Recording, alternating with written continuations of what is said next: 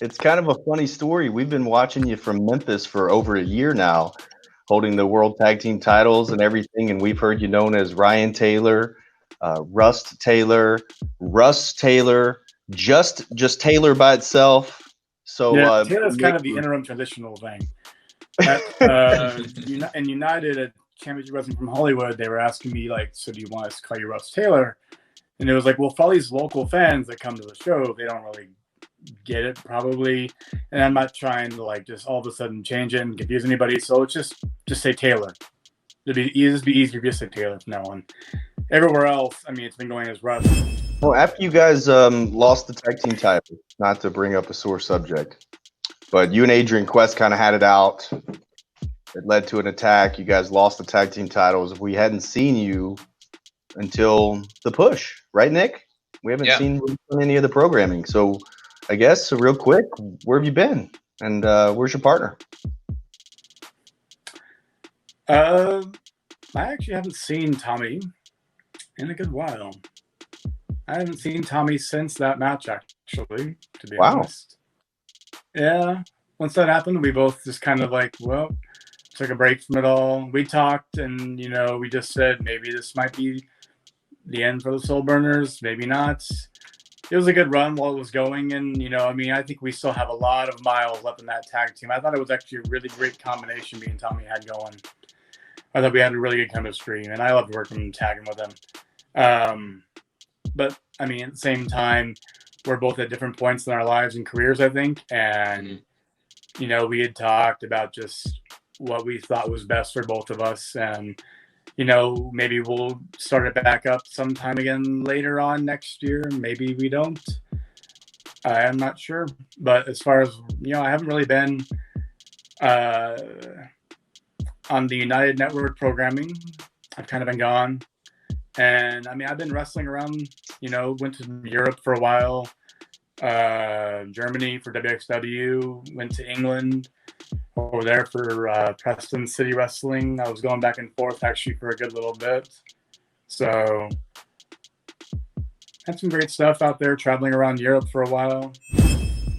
Not many people have been able to get in an inside of wrestling ring. How was it? How was it different, man? Give us the scoop. I was training with actually Brian Cage before he went to AEW, just to kind of help him get his ring rust off, because he's also worried about his bicep. So like me and Adrian Quest kind of met up with Cage, and we were just kind of working out in the ring. And at that point, I think it had been, I want to say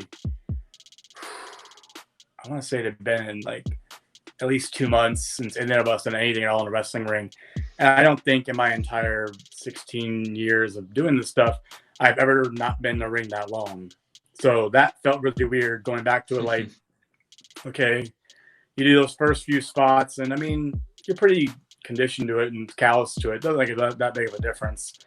I think the only difference now is just the adjustment of wrestling not in front of a live crowd anymore. So I did my first show there with New Japan.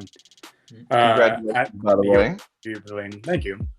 The adjustment was just that, like, okay, there's no crowd here.